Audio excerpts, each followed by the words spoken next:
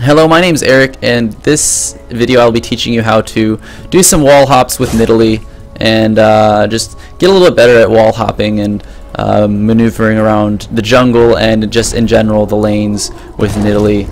First things first, I'm going to show you how to do this. So right now you see how my attack cursor says that I'm going to attack him if I click on him.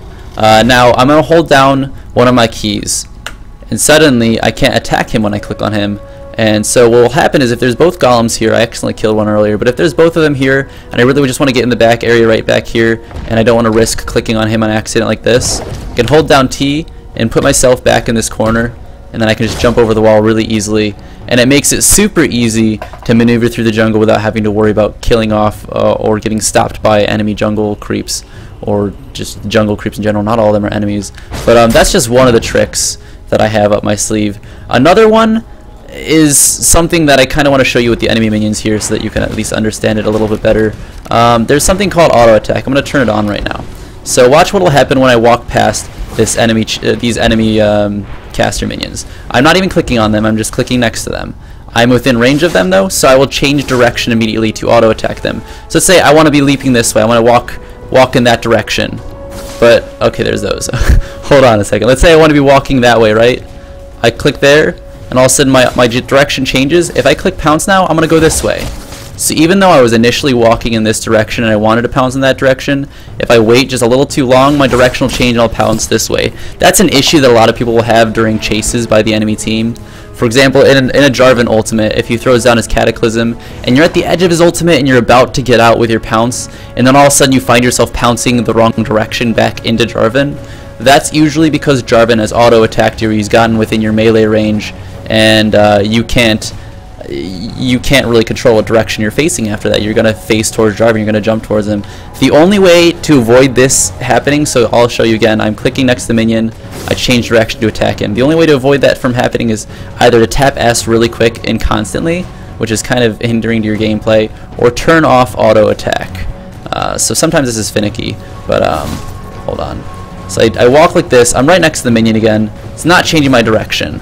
So with auto attack turned off, it makes it so much easier to control what direction you're turning, and this also helps a whole heck of a lot with enemy champions. It works the same way with champions. If you're within melee range of a champion as Cougar form, and you walk next to them, it's going to change your direction to start attacking someone in their direction. So for example, if there was an enemy champion right here and they were chasing me, let's say they were chasing me and I'm going this way and I want to hop away. The enemy champion is right next to me. I've reached one of the points. I've reached a wall where I want to jump over the wall, so I'm not continuously moving. I've stopped moving and there's an enemy champion right here. Let's say this wall is hoppable, but it's not. I want to jump over it, but because there's an enemy champion right next to me, it's going to change my direction and it's going to force me to jump towards him.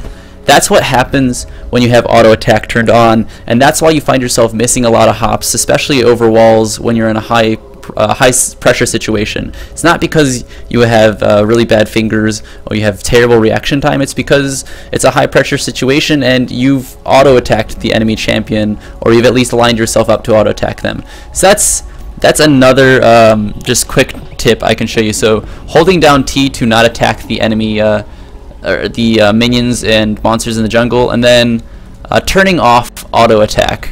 Both of those things are really, really useful. Now this is just a little trick that you can use to jump over walls. Whenever you want to jump over a wall anywhere, it really helps to have camera unlocked, but don't click directly next to the wall where you want to be. Like, click kind of close to it, but not on it. So if you have the camera unlocked, what you can do is you can say, alright, I'm right there, change direction immediately and jump over the wall. So for example, I'm coming out at a weird angle, I do that, change direction immediately and jump over the wall. So what you want to do is you essentially want to get as close to the wall as possible without touching it, and then just as soon as you reach the point you want to be, you just change your direction by clicking right next to the wall. So a lot of people will end up doing something like this. They'll come from lane, they say, I want to get into that tri-bush really quickly.